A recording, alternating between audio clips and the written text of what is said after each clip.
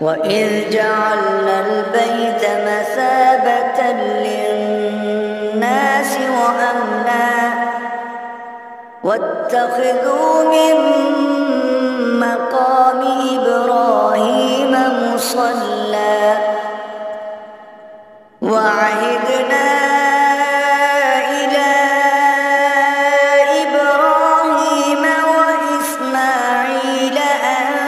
طهرا بيتي للطائفين والعاكفين والركع السجود। और जब हमने खाना काबा को लोगों के लिए जमा होने और अमन पाने की जगह मुकर्रर किया और हुक्म दिया कि जिस मकाम पर इब्राहिम खड़े हुए थे उसको नमाज की जगह बना लो, और इब्राहिम और इस्माइल को कहा कि तवाफ़ करने वालों और एतकाफ़ करने वालों और रुकू करने वालों और सजदा करने वालों के लिए मेरे घर को पाक साफ रख